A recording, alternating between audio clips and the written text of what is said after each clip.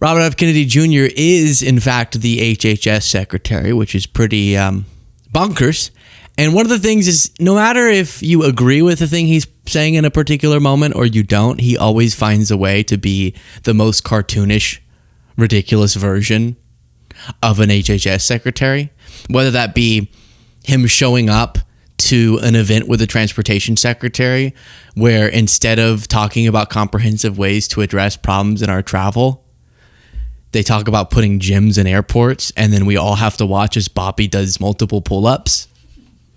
I got the best abs. Women like to lick them. I don't know. That was weird. So look at his poems. This is practically something he said in his poems.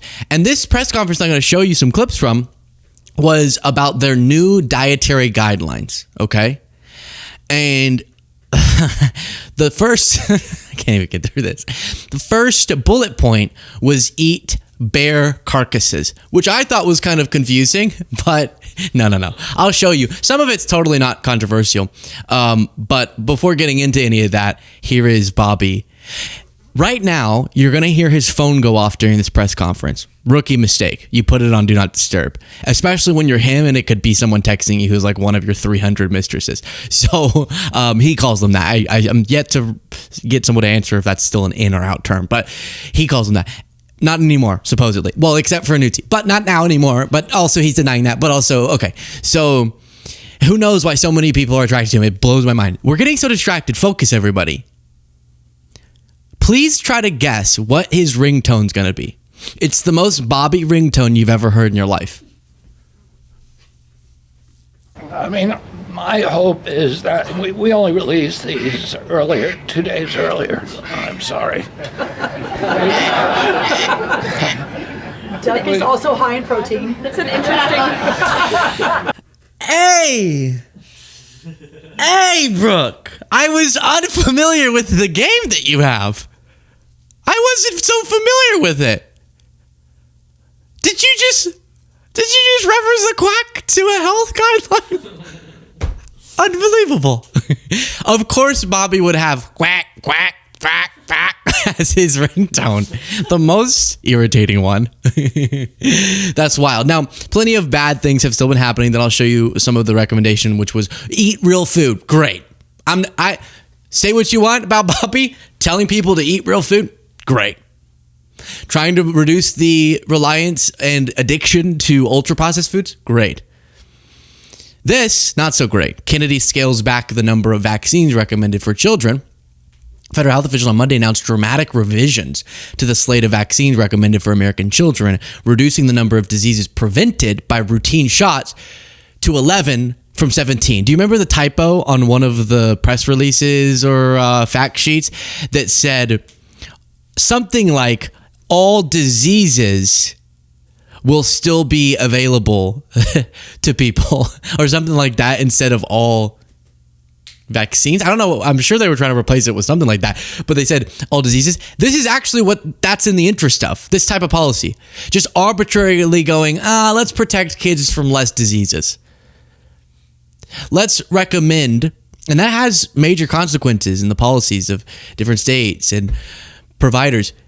Let's protect them from less things, and let's arbitrarily say certain vaccines they shouldn't get, even if they're proven to be very safe and effective. Acting director of the CDC has updated the agency's immunization schedule to reflect the changes effective immediately, officials said at a news briefing. Momentous shift in federal vaccine policy. And Bobby lied. We have to keep remembering in the hearings, whenever he was being confirmed, he tried to pretend like he wasn't going to wage an assault on vaccinations. And when he says he wants to make Americans healthier, that's awesome. And I do want to figure out how to get people eating healthier. And I do want to address all these different health problems that come from people's diets. Hey, guess what? It doesn't make people healthier because of your incorrect beliefs about vaccines and Trump's weird myth that people are getting these big vaccines for a horse. The baby becomes twice the size. They're so filled up with water. And then using those myths and lies to justify changes like this. So that's on the bad front, and it has consequences. U.S. measles cases reach highest level in over 30 years. This is being contributed to. This is being exacerbated by a lot of medical misinformation being spread, and then people not getting vaccinations, and then Rogan out there like everyone got measles and we just have measles parties and chuck measles down each other's throats and it was awesome and then you were immune forever, and getting it mixed up presumably with chickenpox seemed to be what he was confused about. But now we have this announcement, and that is around food. And I've always said he's insane on a lot of issues. If he would just focus on trying to get people to eat healthier, people would have a much smaller problem with him. While we go through this, please do click the subscribe button if you appreciate what I do, what Jaden does, what Cole does, what Kayla does. Amazing people. And main thing we ask is you click the subscribe button, which is pretty epic. Yeah. Click the subscribe button. Yeah. As Secretary of Health and Human Services, my message is clear: eat real food. Nothing matters more for healthcare outcomes, economic productivity, military readiness, and fiscal stability. So obviously it's kind of like what policies will be implemented to make that more possible, more likely for Americans. Because I saw, I don't know if this is the clip. I might have had a dream about this. I don't have it. I think I dreamt, or maybe this is a real clip of Robert F. Kennedy Jr. saying something like, people need to stop being obese. Hi. I'm your HHS Secretary, Robert F. Kennedy Jr. Today we're rolling out an amazing new policy. We will have a powerful message for the obese. Stop it. And it's just like, it's just signs. Cut it out. Stop it. Say no to obesity. Just say no to obesity. There's going to have to be systemic solutions to why people are reliant on the food that they are and why people eat the way that they do. But hey, that's perfectly fine if I eat real food, not the ultra processed, not these super processed carbs, stuff you could actually make in your kitchen is better as opposed to something that was made in like a lab. In a striking reversal of past nutrition guidance, the Trump administration released a new dietary guidelines. Is Trump going to follow them? I'll follow them when Trump follows them. On Wednesday, that flipped the food pyramid on its head, putting steak, cheese, and whole milk near the top. You just know Robert F. Kennedy Jr. drinks whole milk, an entire jug, right out of the jug. Because he loves jugs. The new guidelines urge Americans to prioritize protein and avoid the sugary processed foods that Health Secretary Bobby has said are poisonous to health. My message clear: eat real food. So there are some shifts, I guess, backing off of the moderation recommendations when it comes to red meat or a bunch of cheese, which is kind of strange.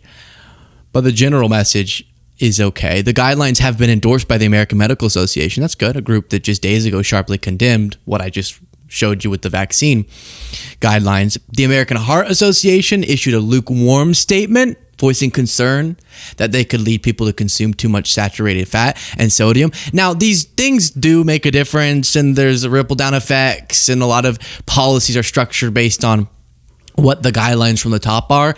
But it is funny to imagine that like just them posting this is going to make people like, well, I'm going to eat more of this or this. But this is their new food pyramid. I love how what is this? Why is it upside down? Of course. He just has to. Because he's special. He's innovative. Now, one of the things that was changed was, I guess, alcohol. You know how this is just a culture war thing? You know how the recommendations got reduced to, hey, a healthier life, have this many drinks. If you're going to drink, keep it down to this many. I guess they took away that language, and Dr. Oz was asked to clarify that. Because do you remember Ted Cruz? My administration's not going to tell me to drink 2 beers. No! It's like, it's just a guideline, you weirdo. Thanks, Caroline. One of the changes that was made had to do with alcohol. Secretary Kennedy or Dr. Oz, could you explain the science behind the new language on not saying 2 drinks for men and 1 drink for a woman every day would be healthy, and whether or not the industry had an impact on the language of moderation versus just saying alcohol is not healthy and you shouldn't drink it? So alcohol is a social lubricant that brings people together. In the best case scenario, I don't think you should drink alcohol, but it does allow people an excuse to bond and socialize, and there's probably nothing healthier than having a good time with friends in a safe way. If you look at the blue zones, for example, around the world where people live the longest, alcohol is sometimes part of their diet. Again, small amounts, taken very judiciously, and usually in a celebratory fashion. So there is alcohol on these dietary guidelines, but the implication is don't have it for breakfast. Right, this should be something done a small amount with hopefully in some kind of an event that might have alcohol added. But the general move away from 2 glasses of men, 1 glass of women, there was never really good data to support that quantity of alcohol consumption. That data was probably primarily confused with broader data about social connectiveness. Well, the data is that it's tough for the guidelines to be don't drink, because then Ted Cruz breaks through your window and like goes, well, if I can't drink beer, I'll drink your blood.